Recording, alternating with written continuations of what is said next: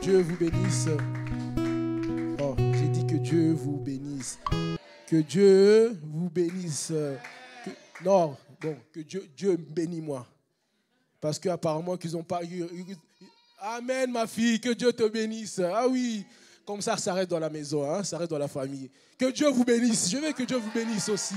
Que Dieu vous bénisse. Que Dieu vous bénisse.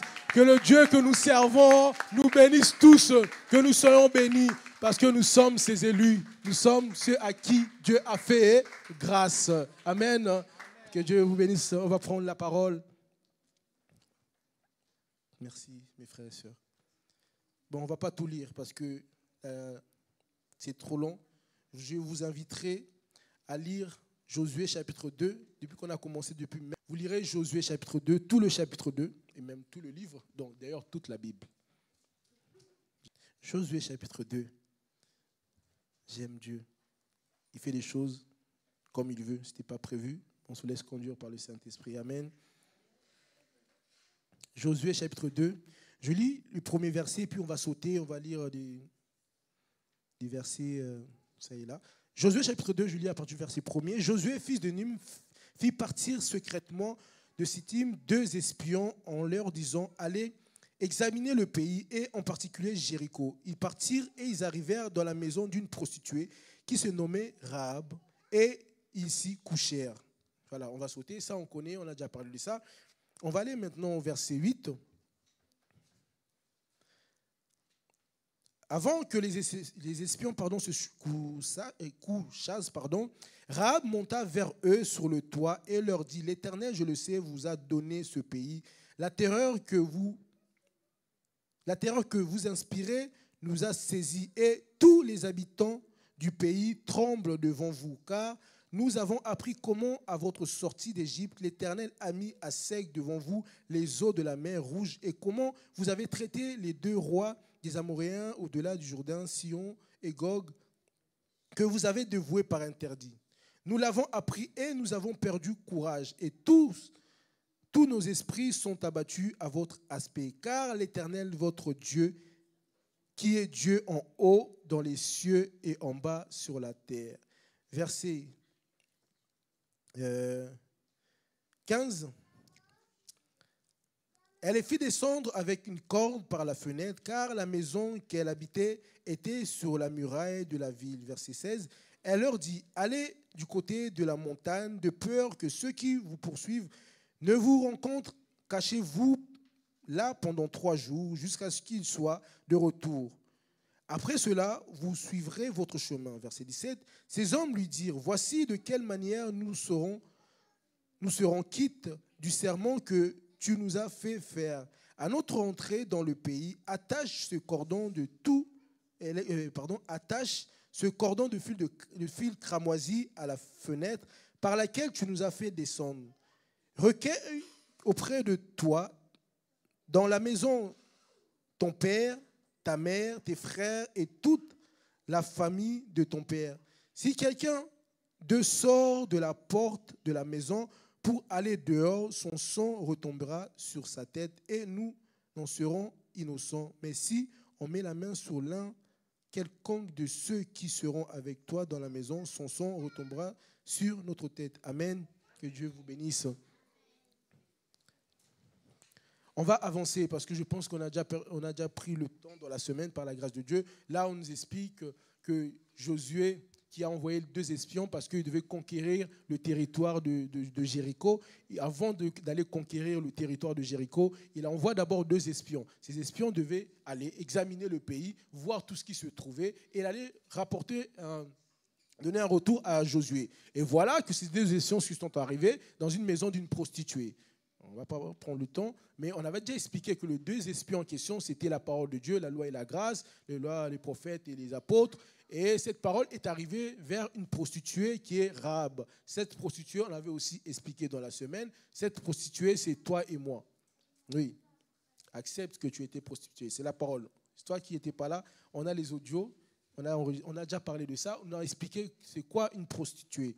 Mais voilà maintenant, cette prostituée a reçu la parole de Dieu. On a expliqué en réalité, en fait, le territoire de Jéricho devait être détruit Et Dieu, avant de détruire, puisque c'est Dieu qui a envoyé ces 2 espions, avant de détruire le territoire, il a envoyé ces espions, la parole de Dieu, vers cette prostituée. C'est comme nous, la terre sera détruite, le monde passera, mais avant que Dieu puisse détruire la terre, avant que Dieu puisse détruire le monde, Dieu envoie d'abord sa parole pour nous sauver. Vous voyez? Amen. Donc, nous avons l'assurance d'être sauvés. J'ai l'assurance d'être sauvé depuis que Jésus vit dans mon cœur. Cette femme, elle a reçu ces 2 espions dans sa maison.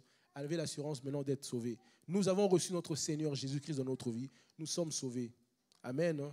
Nous sommes sauvés. Parce que le monde passera. Tout ce que nous voyons sera détruit. Mais comme Dieu nous a envoyés par sa grâce, on avait dit maintenant cette femme qui était une prostituée, Dieu est allé vers une prostituée, quelqu'un qui avait une mauvaise vie. Nous étions ces prostituées. Nous avions des mauvaises vies. Nous étions des voleurs. Tous les noms que tu veux. Mais Dieu n'a pas regardé à cela. Il a regardé à son amour et la grâce. C'est pour cela, mon frère, ma soeur, soyons dans la joie de dire que le Dieu redoutable nous a sauvés. T'a sauvé, t'a choisi toi. Il a déposé son regard sur toi. Il t'a aimé, il continue à t'aimer. Il aurait pu aimer les autres. C'est pour ça qu'on dit, vous savez, Dieu fait grâce à qui il veut. Aujourd'hui, si nous sommes en vie, en bonne santé, nous ne sommes pas meilleurs que ceux qui sont morts. Nous ne sommes pas meilleurs que ceux qui sont dans les hôpitaux. Dieu nous a fait grâce. Surtout, souvent, on chante cette chanson. Tu es bon parce que tu m'as donné la paix. Tu es bon parce que je suis en bonne santé. Tu es bon parce que ma famille. Dieu est bon parce qu'il est Dieu. La bonté de Dieu ne se détermine pas par ta santé. Ça veut dire si demain tu tombes malade, Dieu n'est plus bon. Non.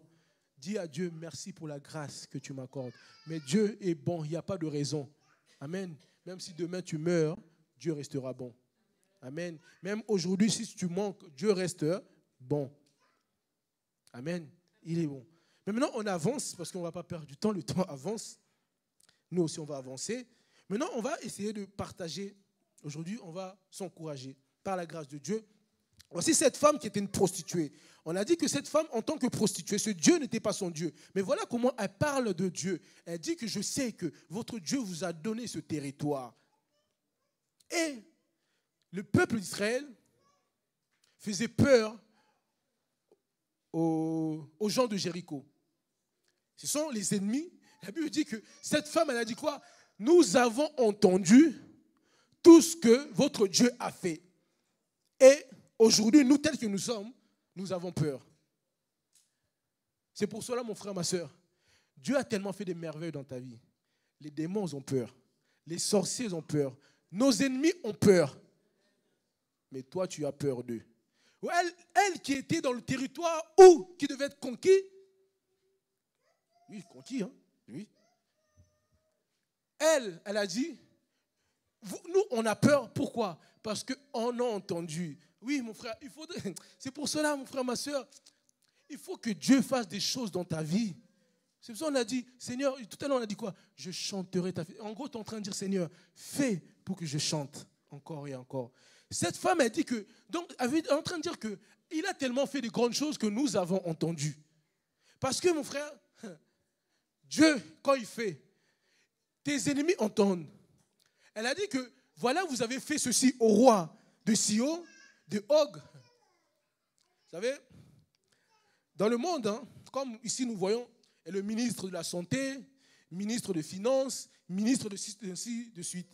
Dans le monde aussi, ils ont tout ça. Ministre de la pauvreté, ministre du célibat, ministre de ceci, cela. Mais quand maintenant, Dieu t'a libéré du célibat, le ministère de la maladie commence à avoir peur. Il a dit que ce Dieu-là a commencé à agir déjà dans le célibat. Ce Dieu a détruit, a enlevé le célibat. Mais voici maintenant, il arrive aussi pour détruire la maladie. Ils ont entendu. Ils ont entendu que notre frère Jordan est marié. Maintenant, je ne sais pas il y a quoi, parce que je ne veux pas proclamer que ces choses. Mais certainement, il y a des choses où il y a des ministres, il y a des ministères, je ne sais pas de quoi, qui ont entendu commencent à avoir peur. Parce que le célibat est tombé. Maintenant, les autres commencent à avoir peur. Hey, vous avez entendu? C'est pour ça qu'on vous regarde dans la parole de Dieu. La Bible dit que lorsque Israël gagnait, il y a des rois qui se rassemblaient. Ils disaient, viens, viens, on va se mettre ensemble parce que moi tout seul, je n'arriverai pas.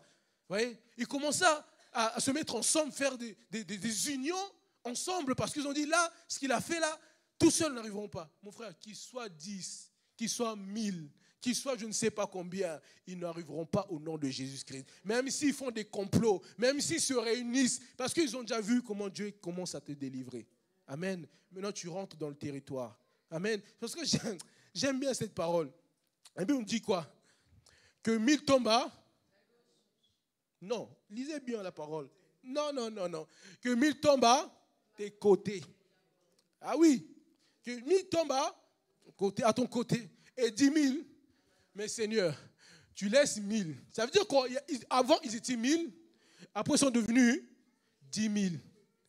Ils étaient peu. Ils n'ont pas réussi. Ils vont venir 10 000. Il ne t'atteindra jamais. Que 1000 côtes tombent à tes côtés, 10 000 à ta droite, tu ne seras jamais atteint. Pourquoi? Parce que tu as la grâce de Dieu. Tu as reçu l'Éternel dans ta maison. Tu as reçu la parole de Dieu dans ta vie. Ils ne te toucheront plus. Parce que toi, tu es préservé. Oui, avant, tu étais prostitué. Ils avaient le pouvoir de te toucher. Mais aujourd'hui, comme tu as reçu la parole de Dieu dans ta vie, ils ne vont plus jamais te toucher. Même s'il y a 1000 qui tombent, il y a 10 000 qui tombent. Oh, la Bible dit, tu ne seras jamais atteint. Non, vous savez, moi, j'étais en train de regarder. Vous savez, moi, je vois des gens, je vois les jeux des enfants. Il y a une balle qui arrive, ils esquivent comme ça. Et l'autre qui arrive, il y a des jeux comme ça, vous savez, non? Là, c'est un peu comme ça. 1000 qui tombent à tes côtés, tu esquives. 10 000, non, c'est pas parce que tu sais esquiver. C'est pas parce que tu sais esquiver, c'est parce que tu as un bouclier devant toi. 1000 qui tombent, ils bloquent. Moi, ça c'est moi, je l'appelle mon bouclier.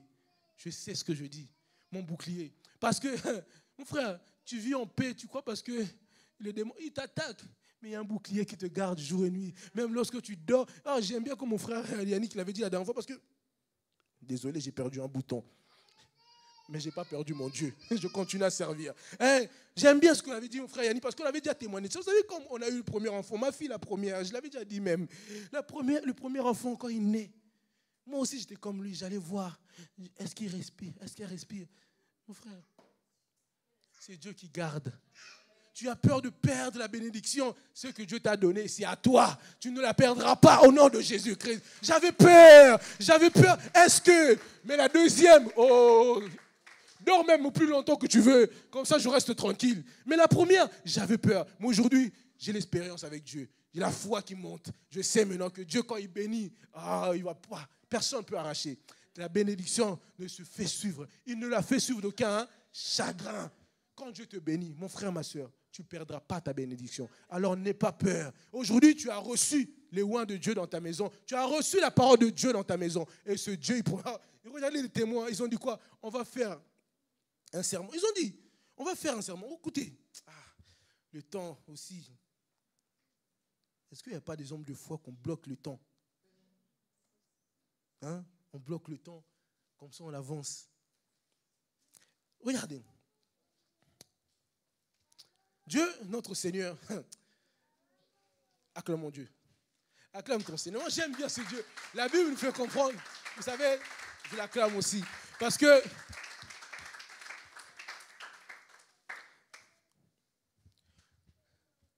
il a reçu le nom au-dessus de tout nom. Mon Dieu a reçu le nom au-dessus de tout nom. Tout genou fléchira lorsqu'on... vous ne comprenez pas. Tout genou fléchira lorsqu'on parlera de... Lorsqu'on ne parlera pas de Benjamin, ni de Freddy, ni de Anissé, ni de Jeannette, mais lorsqu'on parlera de Jésus. Mais regardez, mais ce Jésus, regardez... Bon, on va y aller seulement. Laissons-nous conduire. Regardez comment ces hommes... Ils ont dit à cette femme, regarde, tu vas mettre un fil cramoisi. Et quand nous viendrons, quand nous allons voir ce fil, mais mon frère, comment ça, en gros, c'est le fil qui a protégé cette femme. Est-ce qu'un fil peut se protéger? Un simple fil. La Bible nous fait comprendre que Jésus, il n'avait ni beauté, ni éclat pour attirer nos regards. Ni beauté, ni éclat. ni beauté. Un fil, comment un fil? Seul. Philippiens chapitre 2. Lisons ça s'il vous plaît. Excusez-moi. Philippiens chapitre 2.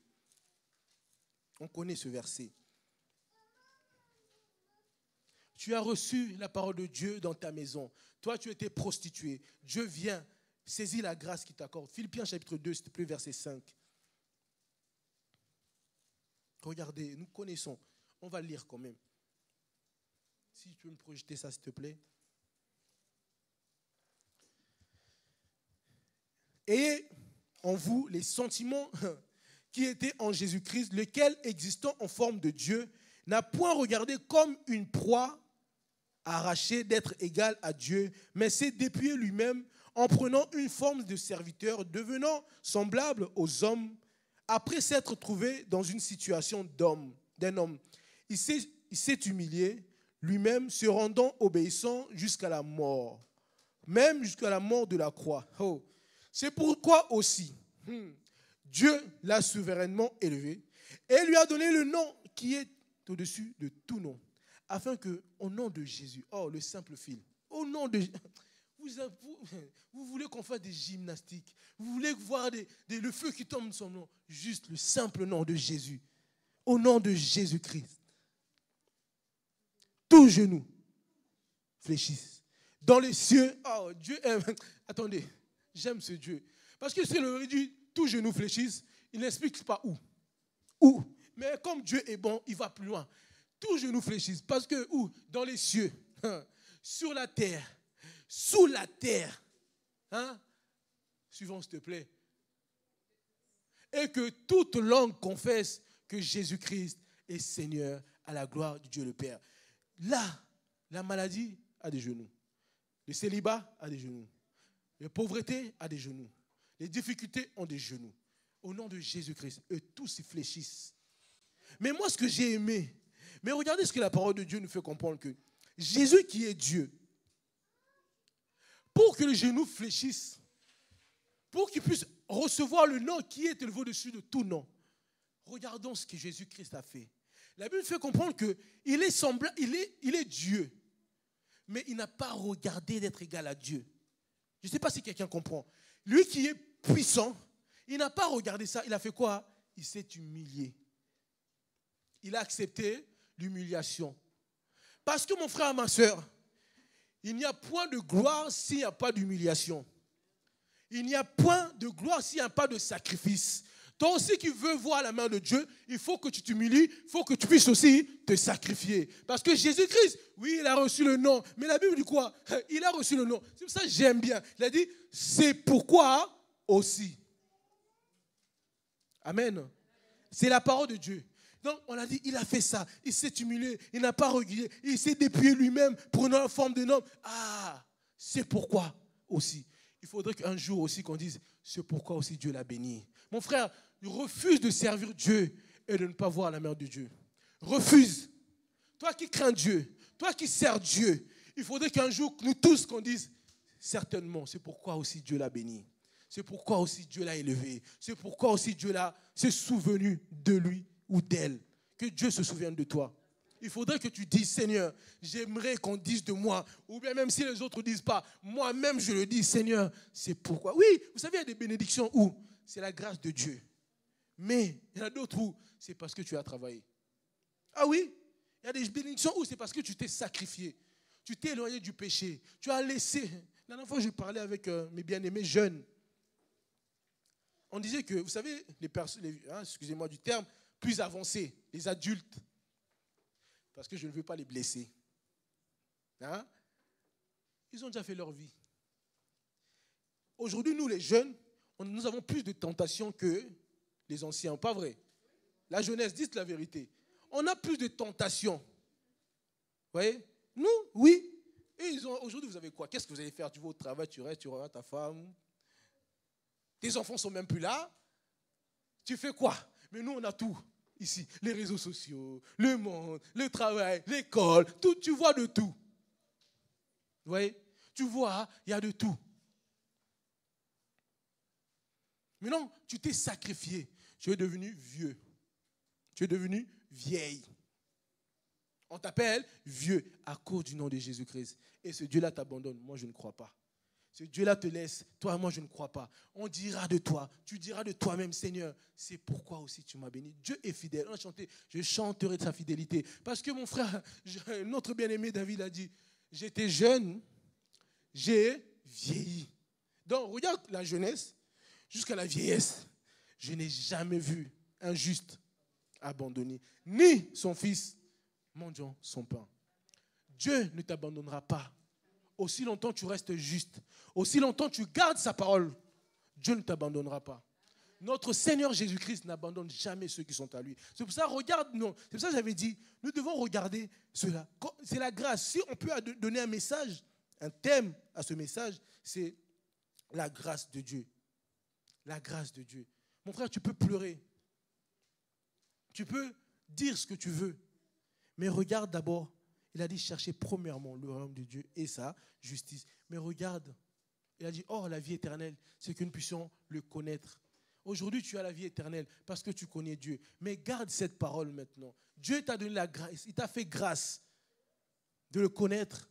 Il t'a fait grâce d'être ton Dieu. Il y en a beaucoup qui cherchent, on chante l'ami fidèle. Vous savez, il y en a beaucoup qui cherchent des amis.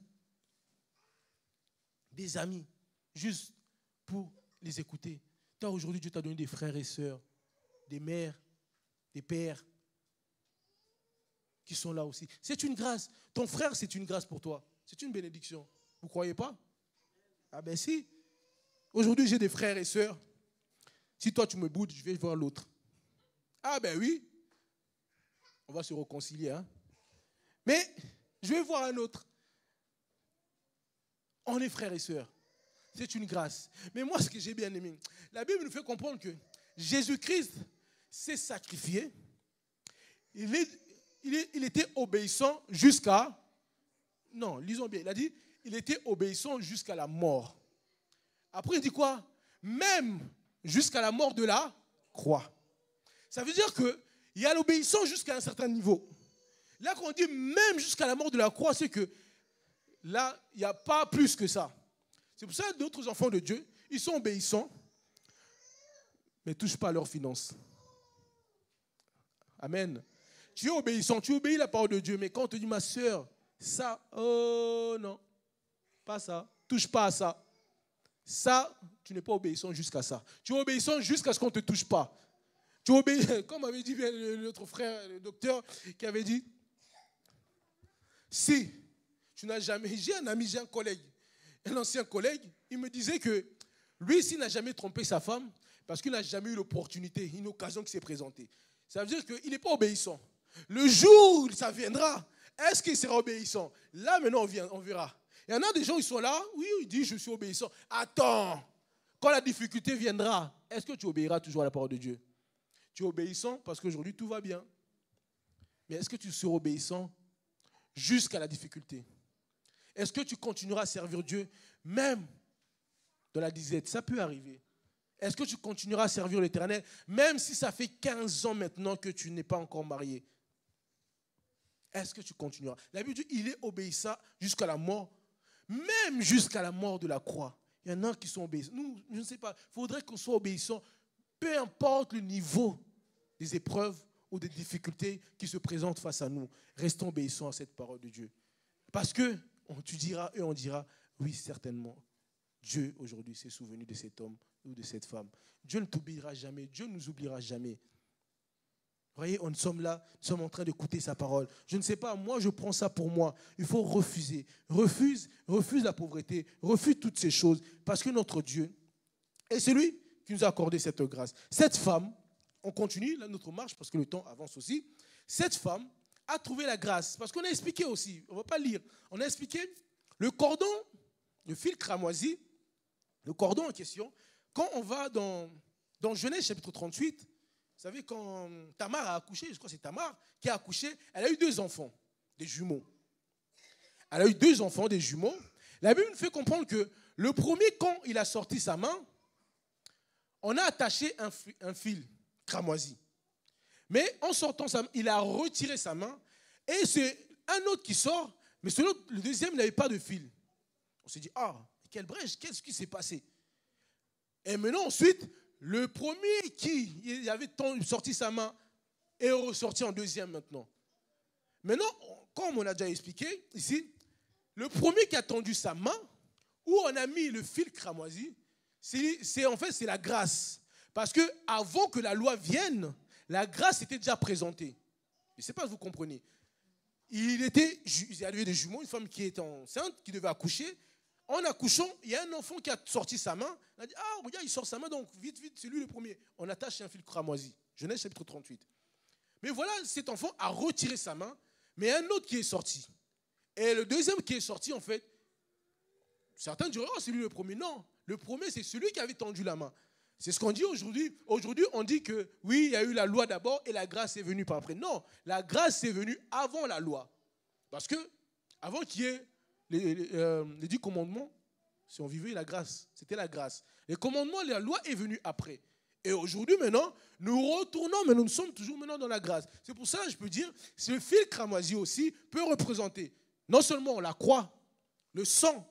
Parce que quand vous regardez, la Bible fait comprendre que ce fil a été posé sur la fenêtre. Oh, vous voyez, la fenêtre, là où ces hommes étaient descendus, la fenêtre, c'était en hauteur.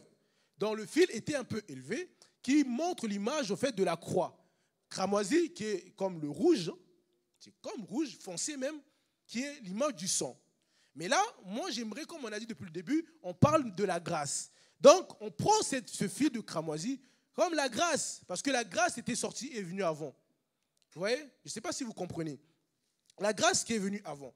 Et c'est pour cela qu'on dit, moi je me pose maintenant la question. Ces hommes, quand ils sont allés vers cette femme, où est-ce qu'ils ont trouvé ce fil? Donc, en quelque sorte, ils avaient ce fil en eux. Comment ils ont pu maintenant sortir? Tiens, donc ils savaient que on va aller quelque part, on aura besoin de ce fil pour protéger une femme.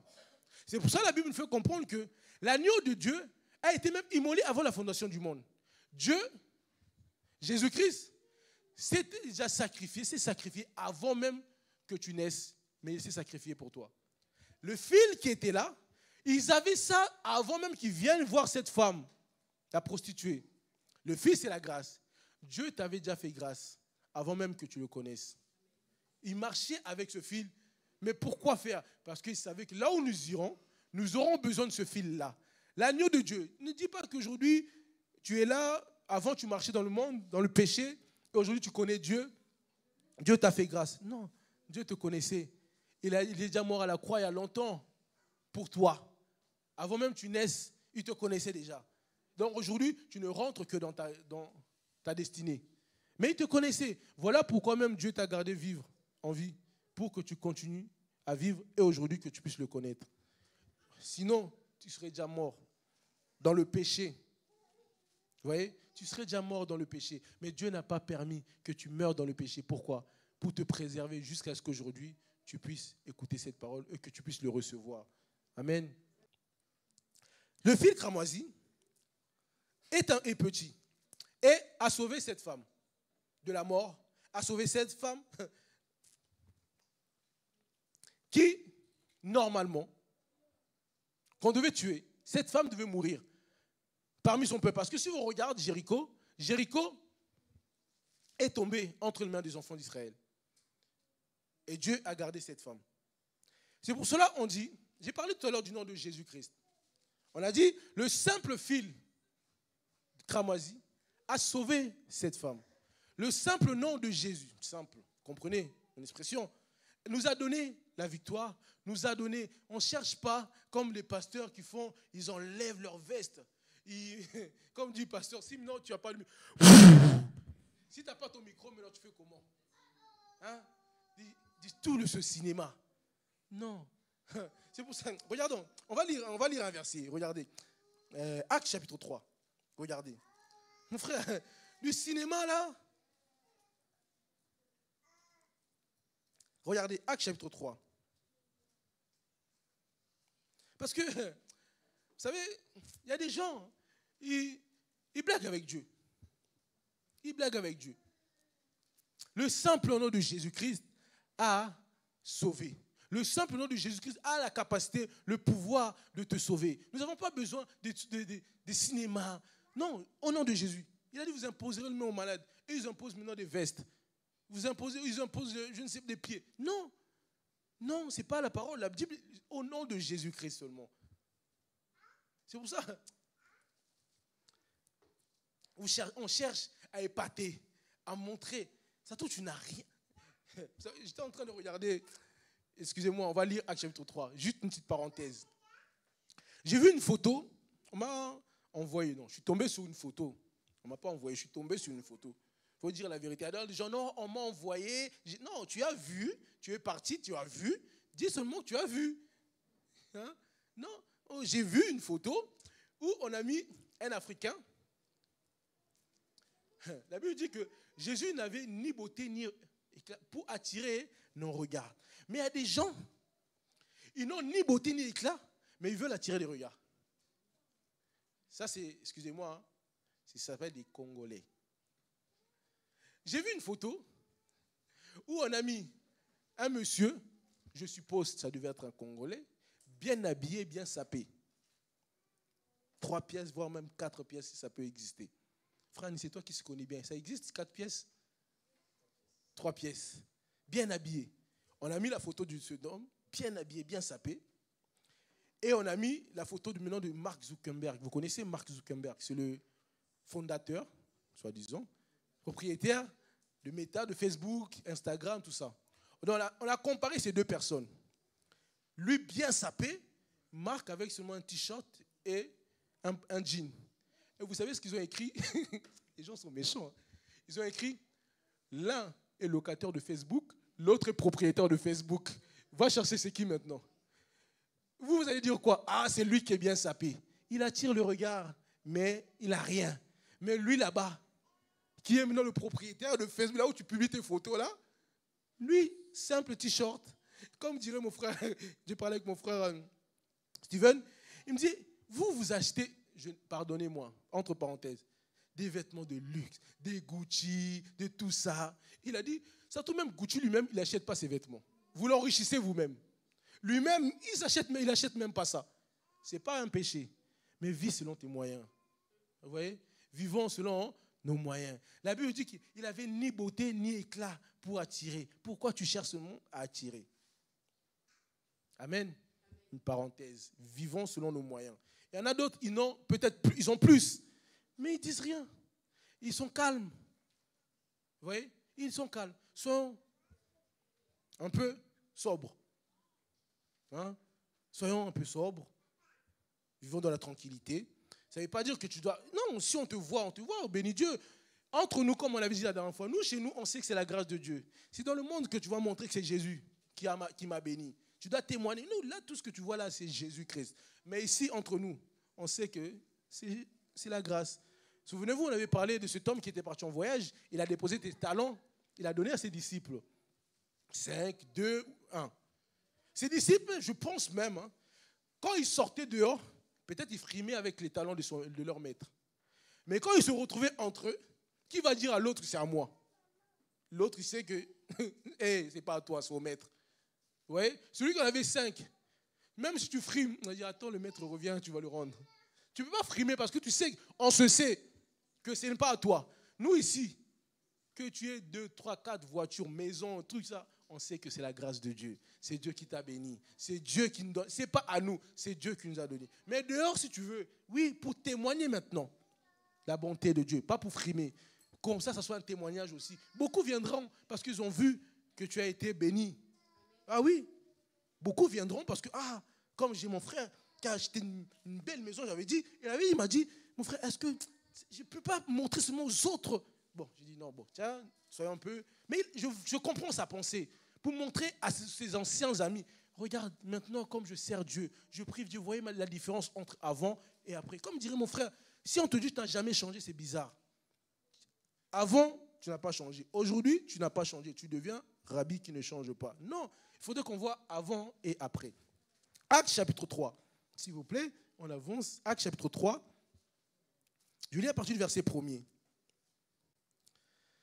Pierre et Jean montaient ensemble au temple à l'heure de la prière. C'était la 9e heure. Il y avait un homme boiteux de naissance qu'on portait et qu'on plaçait tous les jours à la porte du temple, appelé la Belle, pour qu'il demandât de l'aumône à ceux qui entraient dans le temple.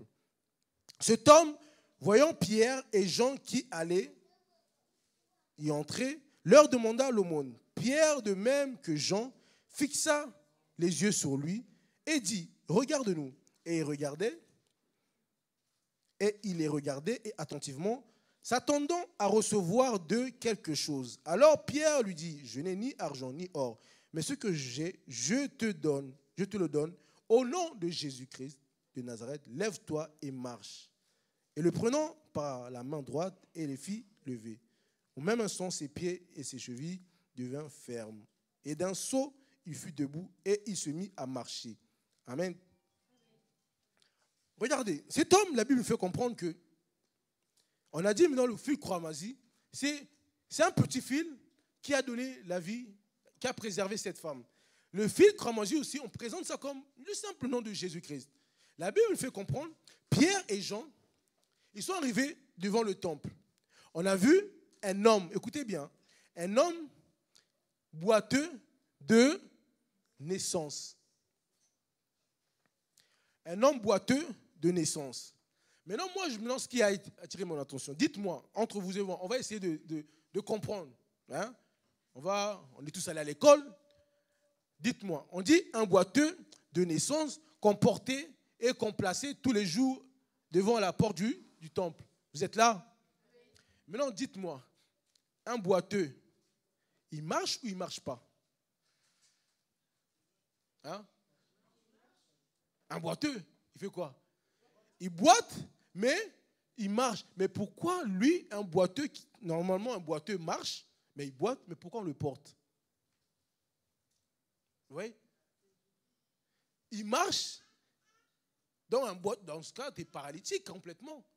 Mais on dit qu'un boiteux de naissance qu'on portait. Un boiteux, c'est celui, parce que là, il était de naissance. Donc, tu es né dans ta famille, ici ça va, parce que c'est ça, un pied ça va un peu, l'autre ça va pas. Ou bien l'autre il est tellement mort, mais l'autre il est un peu, il boite.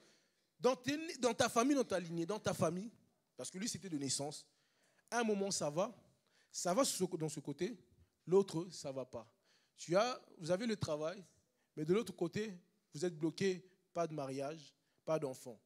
Ça, tu es un boiteux. Un boiteux, c'est celui, aujourd'hui, comme notre frère, il vient de sortir, un pied dedans, un pied dehors, tout est dehors. Ça, tu es un boiteux. Aujourd'hui, tu es avec Dieu. Dehors, à un moment, tu n'es plus avec Dieu, tu boites. Mais maintenant, la Bible nous fait comprendre que lui était boiteux de naissance. Donc, ça veut dire que ça vient déjà de la famille.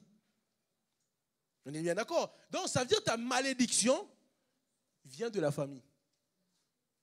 Ta façon de marcher vient de la famille. Les blocages, à un moment, ça va. Il y a des gens, ils sont instables. Aujourd'hui, ils trouvent le travail. Après, perdu le travail, qu'est-ce qui se passe? Oh non, je suis fatigué. Oh. Nous tous qui travaillons ne sommes pas fatigués. Tu es possédé. Tu es boiteux. Non, c'est la vérité. Aujourd'hui, ça va. Après, ça ne va pas. Je trouve, oh non, je suis fatigué, je ne veux plus. Oh. Ou je trouve, oh non, on m'a viré. Oh. Ou tu trouves, oh non. Ou aujourd'hui, tu es malade. Tu es guéri. Après, tu rechutes. Ce n'est pas normal. Tu es boiteux. Maintenant, la Bible me fait comprendre que aussi, ça attire mon attention, c'est qu'on dit que ce boiteux-là, on le portait. Donc, on comprend que ce boiteux était esclave des hommes. C'est ça. Il était esclave des hommes. Donc, celui qui ne marche pas selon la parole de Dieu, ou celui qui boite, celui qui est un pied dedans, un pied dehors, ou celui où aujourd'hui ça va, demain ça ne va pas, tu es esclave des hommes. Or, ces hommes-là, ce sont des esprits. Je ne sais pas si quelqu'un comprend. Ce boiteux, il était esclave. Donc ça vient de la naissance, donc ça veut dire il est né esclave. Il y en a, ils sont nés avec la malédiction de la famille. Vous voyez? Tu es né esclave, avec la malédiction de la famille. Tu ne marches pas. Tu es boiteux. Mais, j'ai une bonne nouvelle pour vous. Ce jour-là, Jésus-Christ, il a dit, allez dire à Jean, les aveugles voient, les boiteux marchent. Aujourd'hui, tu ne seras plus boiteux. Tu vas marcher au nom de Jésus-Christ. Oh, cet homme, il a marché. Parce que Jésus il a dit, je suis la grâce, je suis là. Allez dire à Jean, les aveugles voient et les boiteux marchent. Parce que tu as trouvé grâce aux yeux de Dieu. Autrefois, parce que je pense, parce qu'on a lu, autrefois, devant les temples, il y avait beaucoup de malades. Vous vous rappelez d'un petit de Bethsaida? Il y avait beaucoup de malades. Pourquoi seulement Pierre et Jean vont vers cet homme? Vous voyez, les deux espions aussi. Ils vont vers... Il y avait d'autres malades. Vous voyez, c'est la grâce qui t'a localisé aujourd'hui. Moi, je le prends pour moi, que la grâce de Dieu m'a localisé.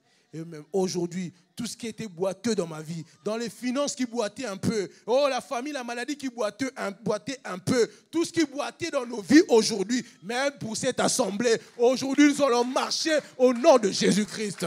Aujourd'hui, moi je dis, ça va marcher au nom de Jésus-Christ, parce que Jésus-Christ est arrivé. Jésus-Christ, le roi des rois, est arrivé. Il a reçu le nom qui est élevé au-dessus de tout nom. Le fil cramoisi qu'on a déposé, c'est la grâce de Dieu qui a localisé. Amen. C'est la grâce de notre Seigneur. Voici maintenant ces hommes.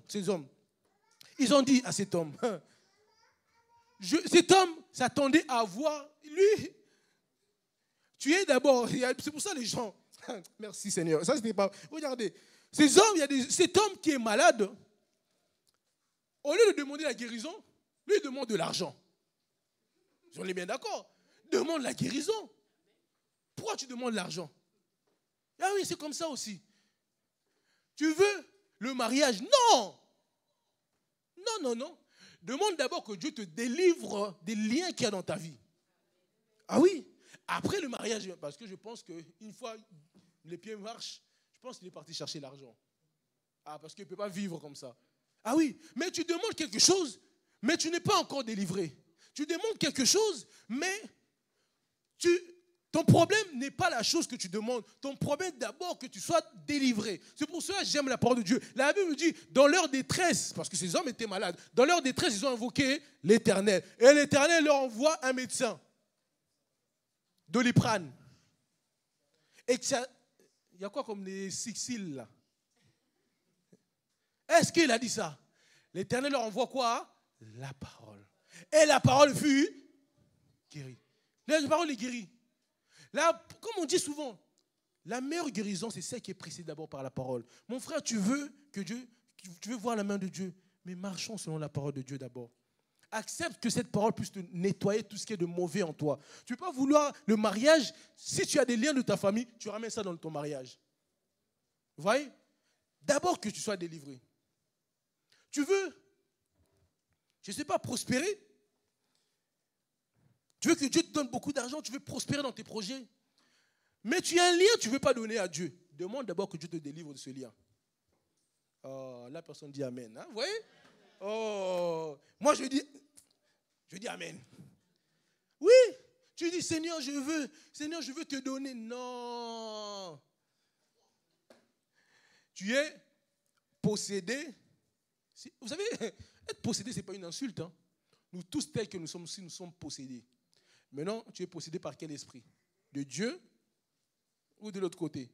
Parce que moi, je crois que je suis possédé par l'esprit de Dieu.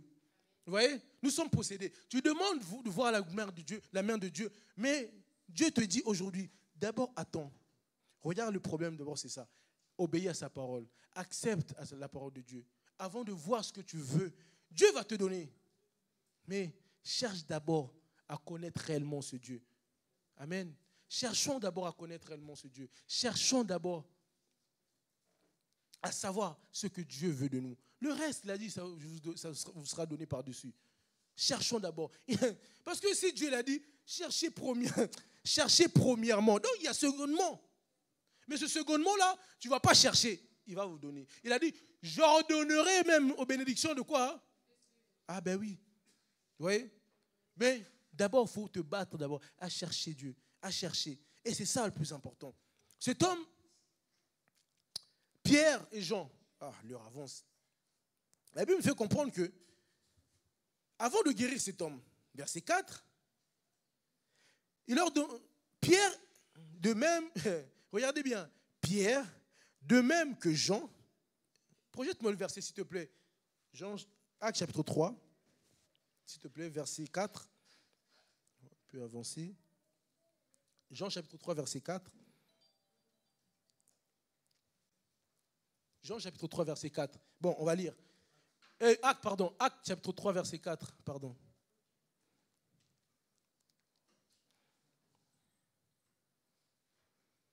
Regardez, Pierre ne dormait pas, parce que là, Dieu veut te délivrer ce matin, nous délivrer tous, moi-même le premier.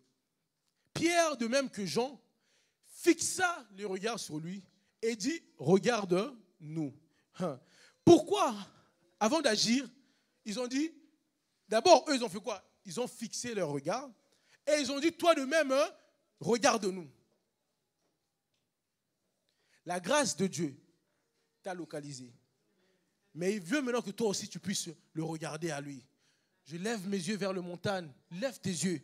Parce que cet homme, il était bon. Je pense qu'il devait être couché. Eux, ils étaient debout. Donc, il a dû lever les yeux. Eux, ils ont baissé la tête. Eux, le Dieu de gloire, il a quitté son trône de gloire. Il est descendu pour toi. Aujourd'hui, maintenant, il veut que toi, maintenant, tu puisses aussi regarder. Lève tes yeux vers l'Éternel. Avant de voir la délivrance de Dieu, Dieu l'a dit que tu dois regarder à lui.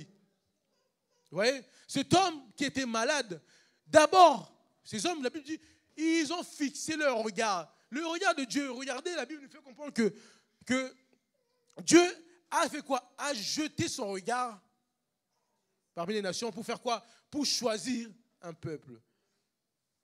Que la grâce de Dieu nous localise ce matin aussi. Que Dieu puisse nous regarder ce matin. Parce que quand Dieu regarde, oh j'aime bien. Regardez ce qu'il a dit à Moïse. Il a dit, écoutez. Il a dit à Moïse, j'ai vu les souffleurs souffrants. Il a dit, j'ai vu et j'ai entendu. Avant que Dieu puisse entendre, Dieu voit déjà. Vous voyez? Mon frère, ça veut dire quoi? Même quand tu es en train de souffrir, peut-être aujourd'hui, Dieu ne t'a pas oublié, il voit. Amen. Dieu voit. Dieu sait. Regardez. Je ne sais pas si bon, on va y aller, puis Dieu... Parce que je regarde l'heure. Dieu voit. Ces hommes, ils ont demandé, ils ont dit, regarde-nous. D'abord, ils ont regardé. Dieu nous a tous localisés. Dieu nous a tous regardés. Il a jeté son regard sur nous. Il nous a choisis.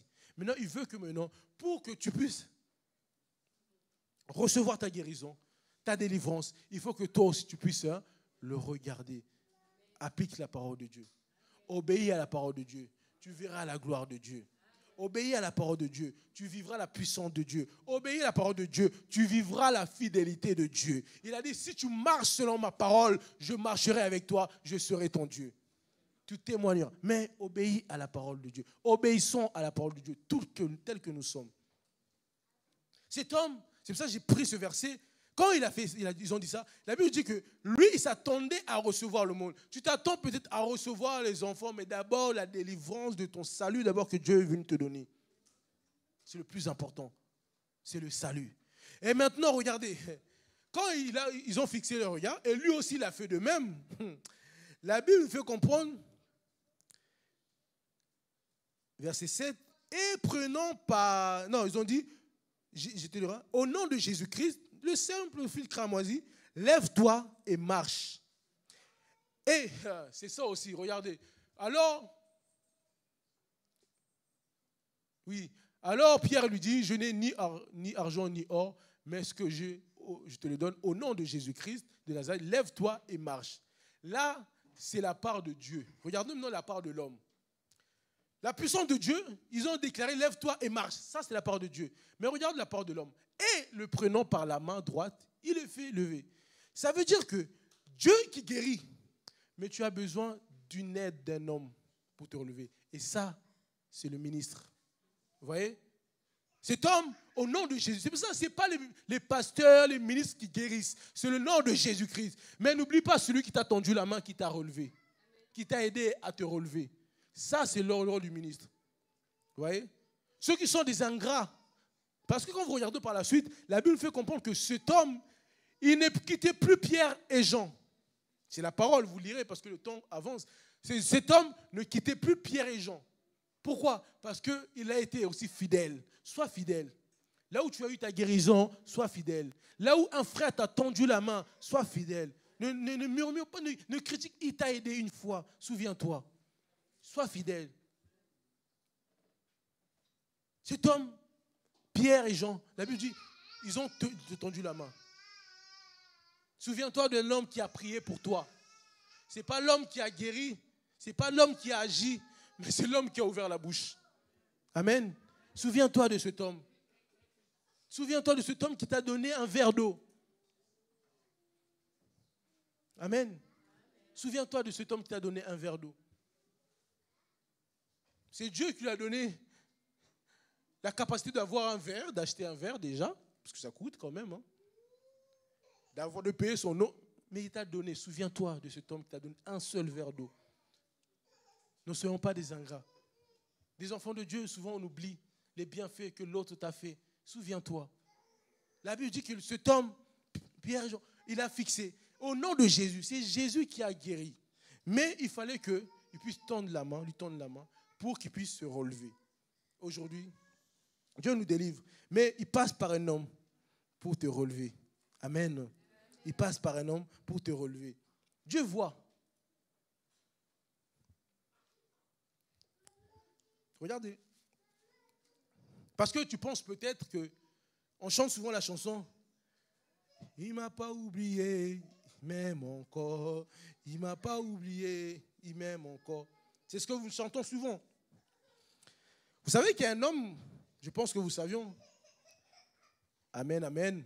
Regardons ici, fixe ton regard vers l'Éternel, laisse l'enfant. Quand il y a un homme qui s'appelle Lazare, pardon, c'est dans Jean chapitre 11.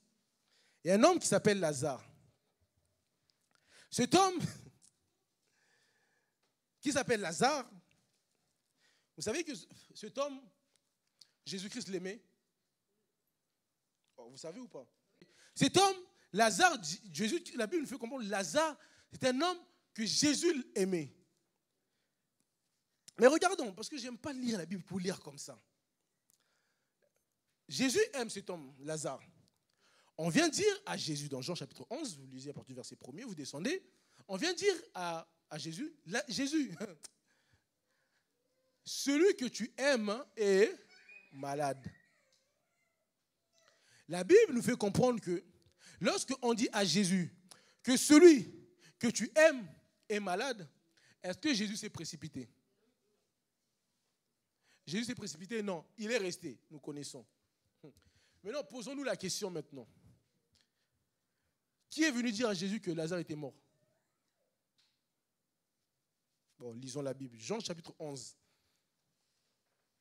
C'est pour ça que j'aime bien lire la Bible. Jean chapitre 11. Si on peut me projeter ça, s'il vous plaît. Il y avait un homme malade, Lazare de Béthanie, village de Marie et de Marthe, sa sœur. C'était cette Marie qui oignit de parfum le Seigneur et qui lui essuya les pieds avec ses cheveux. Et c'était son frère Lazare qui était malade. Les sœurs envoyèrent dire à Jésus, « Seigneur, voici celui que tu aimes est malade. » Après avoir entendu cela, Jésus dit, « Cette maladie n'est point à la mort, mais elle est pour la gloire de Dieu, afin que le Fils de Dieu soit glorifié par elle. » Or, Jésus aimait Marthe et sa sœur et Lazare. Lors donc qu'il eut appris que Lazare était malade, il resta 2 jours encore dans le lieu où il était. Et il dit ensuite aux disciples, retournons en Judée. Les disciples lui dirent, Rabbi, les Juifs tous récemment cherchaient à te lapider et tu retournes en Judée. Jésus répondit, il n'y a-t-il pas 12 heures au jour? Si quelqu'un marche pendant le jour, il ne bronche point parce qu'il voit la lumière de ce monde. Mais si quelqu'un marche pendant la nuit, il bronche parce que la lumière n'est point en lui. Après ces paroles, il leur dit, regardez, notre ami dort, mais je vais le réveiller. Les disciples lui dirent, Seigneur, s'il dort, il sera guéri. Jésus avait parlé de sa mort, mais il crut qu'il parlait de l'assoupissement du sommeil. Alors je leur dis ouvertement, Lazare est mort. Mais non, on a lu. Quand on est venu dire à Jésus que Lazare était malade, on a envoyé, on a dit à Jésus. Mais pour la mort, qui a dit à Jésus que Lazare était mort? Personne. Ça veut dire que Jésus-Christ avait déjà le regard sur Lazare. Vous voyez? Jésus-Christ savait déjà. Mon frère, aujourd'hui tu es en train de crier, Seigneur, je suis célibataire. Seigneur, je suis malade. Seigneur, ça, c'est ce que tu viens annoncer à Dieu. Ça, c'est la prière. Mais Dieu avait déjà fixé le regard sur Lazare. Lazare, regardez, j'aime bien la parole. Je connais les projets que j'ai formés sur vous. Ce sont des projets de bonheur et non de malheur. Pour un avenir et de l'espérance. Voici les projets que Jésus-Christ avait formés sur Lazare. C'était la maladie et la mort. Oh, oui ou vrai? Parce que lui-même, il a dit quoi? Cette maladie n'est point pour la mort. C'est ça, non? Mais elle est pour la gloire. Donc, le projet que Jésus-Christ avait formé pour Lazare, c'était que Lazare soit malade et Lazare meure pour qu'il soit ressuscité ou pour que le nom de Jésus-Christ soit élevé. Acclame Jésus-Christ pour ta maladie, acclame Jésus-Christ pour tes problèmes, acclame Jésus-Christ pour tout ce que tu as, les blocages, parce que ce sont les projets qu'il a formés pour toi. Oh, comment tu peux accepter la maladie? Comment tu peux accepter les problèmes? Mais c'est un projet, mais le projet, il y a une fin. Oh, amen. Ouais, il a créé des projets pour Lazare. Le projet de Lazare, c'était la maladie et ensuite la mort. Et la finalité, c'est quoi? La résurrection. Même si aujourd'hui, il y a la maladie. Même si aujourd'hui, tu penses que c'est mort, il y a une résurrection. Aujourd'hui, Dieu envoie sa parole. Accepte les souffrances, accepte l'humiliation, accepte même la maladie, accepte même les blocs, accepte le célibat, tout ce que tu veux. Ce sont les projets que Dieu a fait pour toi. C'est pour cela, une fois, je priais Dieu. Quand il y a eu un peu de vent dans l'église, j'ai dit à Dieu, Seigneur, pourquoi toutes ces choses? Pourquoi? Est-ce que c'était réellement ta volonté? Parce que souvent c'est comme ça. Quand quelque chose échoue, non, ce n'était pas la volonté de Dieu. Un mariage qui avorte, non, vous n'avez pas bien prié, ce n'était pas la volonté de Dieu. Vous savez, pendant que je priais, je méditais, une pensée me dit, ce n'est pas parce qu'il y a eu un échec que ce n'était pas la volonté de Dieu.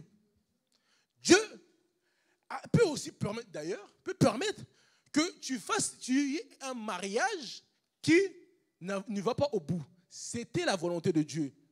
Ah oui, Dieu a permis que Lazare soit malade. Oui, non, les pasteurs, ils ne voient pas, et tout ça. Oh, si c'est la volonté de Dieu. Pourquoi? Parce que nous, la volonté de Dieu, on voit seulement de bonnes choses. La maladie aussi peut être la volonté de Dieu.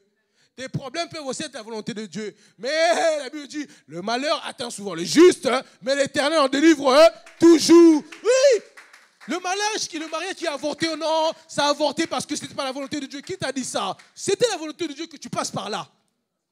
Ah oui, c'est la volonté de Dieu. Oui, parce que Jésus, Lazare, les projets. C'est pour ça que faisons attention. Seigneur, tu avais dit les projets de. Tu veux vraiment voir les projets de Dieu dans ta vie. Dieu dit aux enfants d'Israël, vous irez en Égypte, vous irez à Canaan. Est-ce qu'ils savaient comment vous allez passer? Pourtant, il y avait un chemin plus court. Attention quand nous prions aussi. Tu veux réellement voir la volonté de Dieu. Dieu, il a dit, ok. Dieu, c'est le plus grand scénariste. Ah oui, c'est le plus grand scénariste. Il aurait pu faire ça. Non. Tu vois, mais ce que je sais, il ne t'abandonnera jamais. Parce qu'il a dit, ce projet, ce sont des projets de paix et de bonheur. À un moment donné, toi tu penses qu'il n'y a pas de paix, il n'y a pas de bonheur. Non. Il a dit, mes pensées ne sont pas vos pensées, mes voix ne sont pas vos voix. Là où toi tu penses que c'est une maladie, Dieu l'appelle. Là où tu penses que c'est mort, la mort, Dieu l'appelle le sommeil. Mais c'est la volonté de Dieu. Acceptons. Ça fait mal, mais accepte. Parce que Dieu t'aime. Parce que Dieu, si Dieu a fait ça à Lazare, parce que Jésus aime Lazare. Donc si tu as des difficultés qui viennent de Dieu, c'est que Dieu t'aime. Amen. Hein? C'est pour ça que j'ai dit, acclamons pour les problèmes que nous avons, qui montrent que c'est la volonté de Dieu. Si c'est réellement la volonté de Dieu, c'est là, parce que tu sais que ces problèmes s'arrêteront. Et un jour, quand ça va s'arrêter, mon frère, ma soeur, n'oublie pas de témoigner Dieu, parce qu'il a dit c'est pour sa gloire. Et ils diront, ah, réellement, et tu diras, oui, c'est Jésus-Christ qui a fait. Et tu oublieras toutes tes souffrances. Les larmes de tristesse, comme j'aime tant le dire, se transformeront en larmes de joie, de reconnaissance. Et tu diras, comme nous avons chanté tout à l'heure, ta fidélité. Je chanterai ta fidélité, Emmanuel. Oui, tu es en train de traverser le monde difficile. Dieu t'a localisé. Il a jeté ton regard sur toi ce matin. Notre Seigneur Jésus-Christ. Mais ces projets qu'il a formés pour toi, c'est peu autre si ces moments difficiles. Mais ce qu'on sait, que... on va s'arrêter. Il y a un homme. Là, parce que si je vais comme ça, on va aller jusqu'à le soir. Il y a un homme qui s'appelle, vous connaissez, il y a un homme, vous savez, vous connaissez Job. Job, il a dit, je sais que mon Rédempteur est vivant et il se lèvera. Moi, juste dans cette phrase-là, je vois 3 bonnes nouvelles. Job qui souffrait. Oh, tu souffres, retiens ce message aujourd'hui. Job qui souffrait. Il dit que je sais que mon Rédempteur est vivant et il se lèvera le dernier. Donc, dans cette phrase, je vois 3 bonnes nouvelles. Voici la première nouvelle. La première bonne nouvelle, Job, il reconnaît qu'il a un Rédempteur. Amen. Job reconnaît qu'il a un Rédempteur. Deuxième bonne nouvelle, il sait que ce Rédempteur est vivant. Amen. Notre Dieu, il est Rédempteur. Notre Dieu est vivant. Parce que, pourquoi il faut insister? Parce que vous savez, il y a des hommes aujourd'hui dans le monde, ça. Ils ont la capacité, comprenez mon terme, de changer ta vie. Aujourd'hui, tu es là, aujourd'hui, tu deviens mon héritier, tu deviens milliardaire. Il change ta vie. Vrai ou faux? Ah oui, c'est un homme, hein, mais il peut changer ta vie. Vous voyez? Donc c'est comme un Rédempteur. Il change ta vie. Mais si demain il meurt, c'est fini. Qui peut te sauver? Si cet homme-là, aujourd'hui, dans son vivant, il pouvait le faire. Mais s'il est mort, il ne peut pas le faire. C'est pour ça que Job, maintenant, il nous rappelle que j'ai un Rédempteur, mais il n'est pas mort, il est vivant. Notre Dieu n'est pas mort et vivant. Jésus-Christ n'est pas mort et vivant. Ce que tu penses que c'est mort dans ta vie, Jésus-Christ est vivant et capable de ressusciter ce qui est mort. Aussi longtemps qu'il reste vivant, tu ne mourras pas. Aussi longtemps qu'il reste vivant, la solution sortira. Aussi longtemps qu'il reste vivant, tu verras la gloire de Dieu. Il a dit, mon Rédempteur est vivant. Et il se lèvera le dernier. Peu importe le temps. Peu importe le temps. Moi, je sais au final, il va se lever. Dernier selon vous. Mais il sait qu'il est premier selon. Ah oui. Selon la grâce, selon le projet qu'il a formé pour toi. Il n'est jamais en retard, mon frère, ma soeur. Dieu n'est jamais. Le Dieu que tu sers, le Dieu que tu obéis, tu as tout laissé. Tu as tout laissé. Regardons, nous avons ici, là. Moi, je vois que, excusez-moi un peu, hier on a, excusez-moi, entre parenthèses, on a regardé le foot, on a vu ces joueurs qui ont gagné. On était là en train de sauter. Oui. Et ils ne me connaissent pas. Ils ne vont rien me donner. Rien du tout. Mais ce Dieu qui a vaincu la mort et la puissance de la mort, il me donne la vie, la paix, le bonheur, la joie, la famille, toute la prospérité, l'élévation, la vie éternelle. C'est lui que j'acclame ce matin. Ah oui, c'est lui qui est capable. J'ai un Rédempteur. Ce Rédempteur, il est vivant. Les hommes là qui ont gagné, ils vont mourir. D'ailleurs, la coupe là, je ne vais même pas la toucher. Et d'ailleurs, attendez, j'ai appris hier que si tu ne gagnes pas la coupe, tu ne peux pas la toucher. Apparemment, si tu ne gagnes pas cette coupe, tu ne peux pas la toucher. Oh, donc ça veut dire que ce n'est même pas à moi. Mais je suis dans la joie. Pourquoi? Moi, j'adore celui qui me donne la vie. Il a gagné, il m'a donné aussi la vie. La vie, là, il n'a pas gardé que pour lui. La vie, quand ils ont gagné leur coupe, mais il me dit, moi, je ne peux pas toucher leur coupe. Oh, pourquoi je ne peux pas toucher? Moi, j'ai acclamé. Mais notre Seigneur, la Bible a dit, il a vaincu la mort et la puissance de la mort. Il a dit à tous ceux qui ont reçu, et nous donne aussi le pouvoir. Lui, il a pris le pouvoir, mais il n'a pas gardé pour lui. Eux, ils ont pris la coupe, ils ont dit, non, tu ne peux pas toucher parce que tu n'as pas gardé. Jésus, il n'est pas comme ça. Le vainqueur des vainqueurs. Et ils ont été le vainqueur 2025, 2026. Je veux qu'ils gagnent quand même, 2026. Mais un jour, ils vont perdre. Mais Jésus-Christ ne perd jamais. Il est Dieu d'éternité en éternité. Il est Dieu tout-puissant. Il est le vainqueur. Oh, moi j'aime ces chansons. Puissant guerrier, fort dans mes combats, Jésus-Christ est son nom. Oh Seigneur, il est bon. Vous savez, il y a une femme, on va s'arrêter là. Il y a une femme qui s'appelle Marie. Marie, vous savez, Marie, cette femme Marie, c'était une femme comme une autre, comme toi. La Bible dit que l'ange est venu voir Marie. Il a dit à Marie, Marie, tu vas avoir un enfant. Marie, comme nous sommes ici, on te dit, Dieu va agir. Mais comment? Moi, je n'ai pas de papier. Dieu va agir. Mais comment? Je n'ai pas fait des études. Tu vas avoir un grand poste. Mais comment? Marie, on l'a dit, tu vas avoir un enfant. Marie l'a dit, mais comment? Je n'ai pas de mari. Je ne connais pas d'homme. Oh, j'aime la parole de Dieu. La Bible dit quoi? Regardons. On va y aller. Comme ça, après, on va s'arrêter. C'est dans Matthieu ou Luc? Non, Luc. Voilà, Luc 1, 25. Projette-moi ça, s'il te plaît, mon frère. 26. Luc 1, chapitre 26.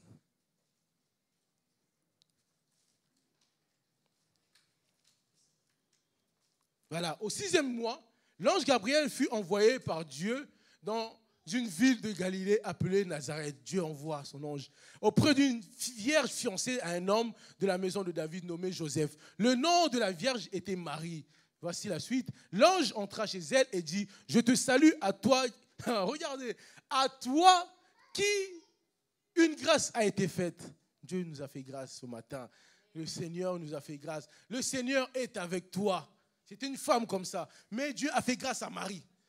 Troublée par cette salutation, Marie se demandait ce que pouvait signifier une telle salutation. L'ange lui dit, ne crains point Marie, car tu as trouvé grâce. Oh, merci Seigneur. On parle de la grâce. Cette femme a trouvé grâce. Elle n'avait rien fait. Il y avait d'autres femmes. Elle n'avait rien fait. Mais elle a trouvé grâce de Dieu. Et voici, tu deviendras enceinte et tu enfanteras un fils. Et tu lui donneras le nom de Jésus. Voici Marie. Il sera grand et appelé fils du Très-Haut. Et le Seigneur, Dieu lui donnera le trône de David, son père. Il régnera sur la maison de Jacob éternellement et son règne n'aura point de fin. Marie, regardez, souligne bien. Marie dit à l'ange, comment cela se fera-t-il puisque je ne connais point d'homme? On t'a dit qu'aujourd'hui tu vas devenir premier ministre. Oh, je ne sais pas quoi. Tu dis comment? Je ne connais pas. L'école même là, zéro. Mais regarde, l'ange lui dit, le Saint-Esprit viendra sur toi et la puissance du Très-Haut te couvrira de son ombre. C'est pourquoi le Saint-Enfant naîtra de toi, sera appelé fils de Dieu. Regarde bien, le Saint-Esprit viendra sur toi. Tu as le Saint-Esprit. Mais ce n'est pas fini. La puissance du Très-Haut t'accompagnera aujourd'hui. Que la puissance du Très-Haut rende capable. Vous savez, les hommes disent, souvent, moi, je n'aime pas trop utiliser ce terme. Ils disent que, parce que là, Marie, elle n'a pas de connu d'homme. Vous voyez? C'est quoi? C'est la puissance du Très-Haut qui a fait qu'elle puisse vous donner l'enfant. Amen. Il y a un terme qui dit souvent, Dieu rend naturel le surnaturel. C'est ce qu'on dit souvent. Oui, non? Mais moi, quand tu réfléchis un peu, moi je dis que c'est faux. Parce que le surnaturel que Dieu va faire, ça restera surnaturel. Parce qu'une Marie, ce qu'elle a eu là, aucune femme dans le monde aujourd'hui pourra donner naissance sans l'aide d'un homme. Le surnaturel que Dieu va faire dans ta vie, là où il y avait le cancer, les médecins regardent comme ça, mais comment ça se fait? Parce que quand ça devient naturel, ça veut dire que demain il y a un autre qui va avoir, ça devient naturel. Aujourd'hui, cherchez-moi une femme qui peut donner enfant, à part quand il triche, hein, il se pique là. Il y a un homme, voilà. Donc, le surnaturel restera surnaturel. Les médecins vont regarder, vont tourner leurs images, la gauche, droite. Ils vont enlever les lunettes. Non, donne-moi une deuxième lunette. Troisième. On ne comprend pas. Ils ne vont pas comprendre parce que ça reste surnaturel. Parce que Dieu est le Dieu du surnaturel. Ça ne devient pas naturel. On dit le surnaturel devient naturel. Non, quand on devient naturel, on banalise ça. Ça veut dire que ça devient normal aujourd'hui, que ça se fasse. Non, ce que Dieu va faire dans ta vie, ça ne sera pas normal. Dieu va faire des grandes choses. Dieu va faire des grandes choses. Mais reste dans la maison. On n'a pas eu le temps de parler de la maison. La maison de Rahab. Le temps, donnez-moi 20 minutes. Non, 10 minutes alors. Amen, merci. La maison de Rahab. On parle de la maison vite fait. La maison de Rahab, la Bible nous fait comprendre que quand on a mis le fil, là, les enfants, les espions, ils ont dit à Rahab, va maintenant, prends ta famille, dis-leur de rentrer dans la maison. Parce que s'ils ne rentrent pas dans la maison, quand nous viendrons, s'ils sont dehors, c'est leur problème. Ils vont mourir. Aujourd'hui, Dieu nous a localisés. Il a dit, crois au Seigneur Jésus-Christ, tu seras sauvé, toi et ta famille. Cette parole que tu as reçue, annonce ça à ta famille, qui viennent. Ta maison, c'est une maison qui est bénie. Ta maison, c'est aussi ton foyer, c'est ta maison physique, c'est aussi ta vie. Il faudrait que maintenant, tu prennes, comme tu es sauvé, ne laisse pas les gens de ta famille. Ramène ta famille. Et moi, ce que j'ai bien aimé aussi, là, comme cette femme, Rahab, avait trouvé grâce aux yeux de Dieu, grâce, écoutez bien la phrase, grâce à sa grâce, sa famille était protégée. Grâce à toi, ta famille est protégée. Grâce à toi, tes enfants sont protégés. Parce que s'ils ne sont pas morts, parce qu'il y a une femme qui a trouvé grâce, c'est Rahab. Et du coup, on a dit, prends maintenant ta famille, ton père, ta mère, tout ça, ramène-les dans la maison. Est-ce que c'est eux qui ont trouvé grâce? Non, c'est d'abord Rahab. La grâce est venue vers Rahab, mais maintenant, comme on l'a vu dans la semaine, Rahab aussi, c'est comme un ministre qui va maintenant prêcher. Donc, mon frère, ma soeur, quand tu reçois, Dieu t'a fait grâce. Tu protèges aussi ta famille. Amen. Dieu t'a fait grâce. Par tes prières, les démons ne pourront pas toucher à ta famille. Par tes prières, les démons ne pourront pas toucher à tes enfants, à ta maison. Ta maison, il devient une maison qui est protégée. Oh, même si le vent arrive, même si la tempête, ta maison ne tombera jamais. Parce qu'elle est bâtie sur le roc qui est notre Seigneur Jésus-Christ. Amen. Que Dieu vous bénisse. Que Dieu vous bénisse.